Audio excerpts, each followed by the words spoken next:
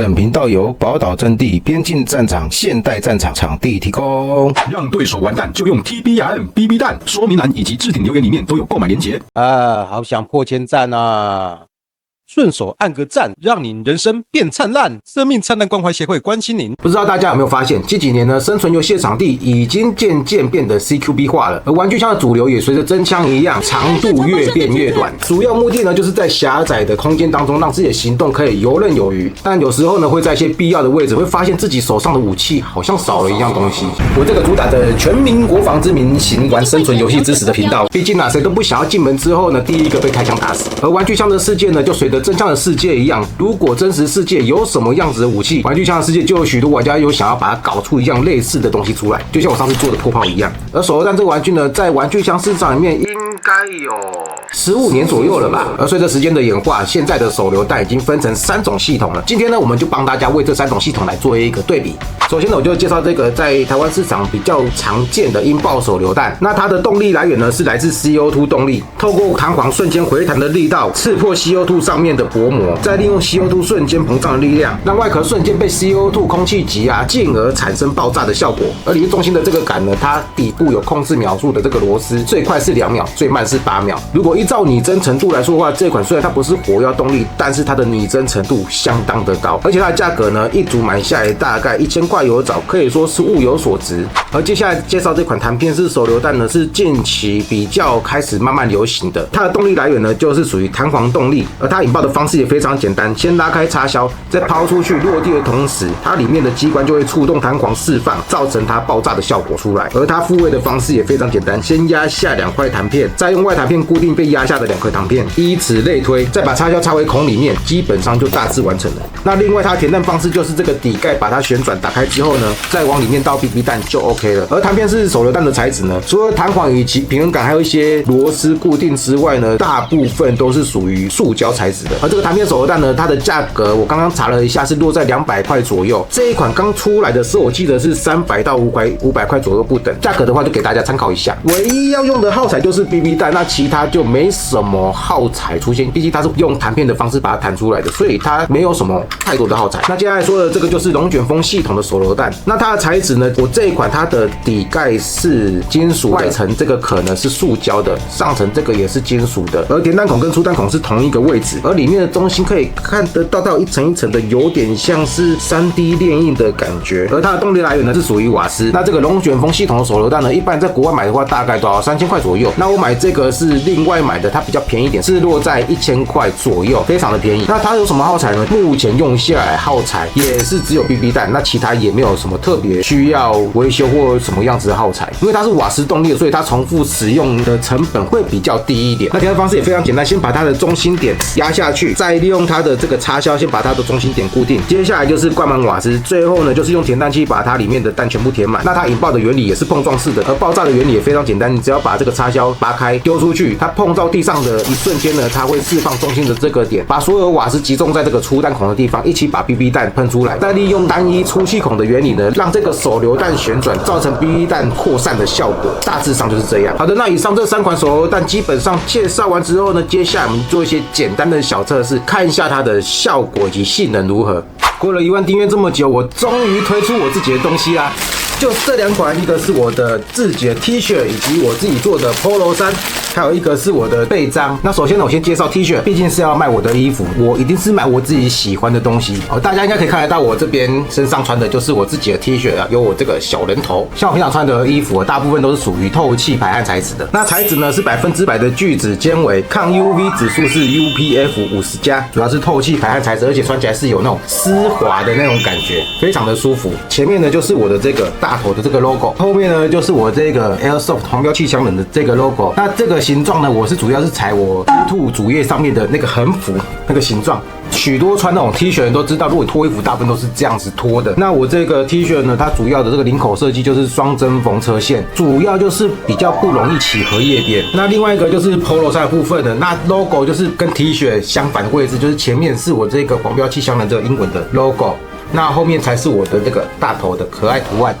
那这个 Polo 衫呢，我也是用透气排汗材质下去做的。那版型呢，一定会比 T 恤还要硬挺一点，因为毕竟 Polo 衫穿出去比较偏有一点正式的，而且 Polo 衫这种衣服穿起来要硬挺才会显得比较好看。那背章的部分呢，后面目前是没有粘魔鬼毡的。那各位放心，之后卖出去的我一定会后面用魔鬼毡的方式给它缝上去。那我的衣服呢，跟我的背章都是找台湾的厂商去制作的。那我的东西在哪里买得到呢？目前是放在我的露天平台里面以及犀牛战场里面。那价格分别是多少呢？如果是 T 恤的话，我一件是卖600块。那破衫的话，它价格比较高一点，它是从整个布料裁切下来，再重新全部缝制上去的，所以价格会比较高，就是落在900块。那另外呢，我就小量制作 T 恤跟 Polo 衫都是只有50件。那这个背章它价格就是300块。好了，那就这样子啊。如果要购买的话，就上我的露天去购买。那如果要看食品的话呢，就去犀牛现代战场那边去看。好，就这样。那我们回到主题。那我们来看一下它的弹量是多少。OK， 那我们来看一下它的弹容量大概是到哪边去。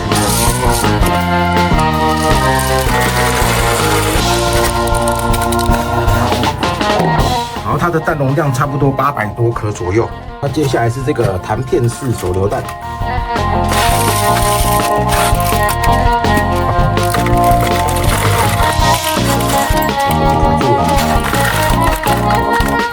那弹片手榴弹呢，它的发射下来容量应该是200颗以内。那接下来就是这颗类龙卷风手榴弹，应该跟运爆手榴弹有的拼。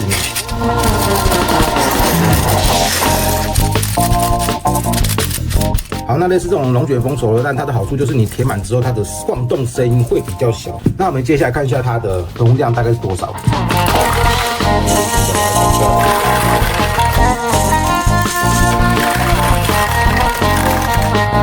好的，那这款类龙卷风它的容量呢，其实跟这个弹片式的容量，我觉得差不多了。但是真的硬要比较的话，依照视觉来讲，这个龙卷风类型的容量会比弹片式的还要再多一点。经过以上对比呢，我们就可以看得出来，弹容量的部分是音爆手榴弹，接下来是类龙卷风手榴弹，最后才是弹片式手榴弹。接下来我们在490乘以515公分的空间内测试这3款手榴弹的范围。借由慢动作看到 BB 弹的弹道，我们可以看得出来，它的射击距离是可以达到250公分左右的。但缺点就是好像它的方向性没办法很平均的分散弹道。透过慢动作，我们可以看得到龙卷风系统的这个手榴弹，它的扩散范围非常的平均，弹量感觉也比弹片式的再多一点。不过射击距离以及威力，相信各位应该都会很满意。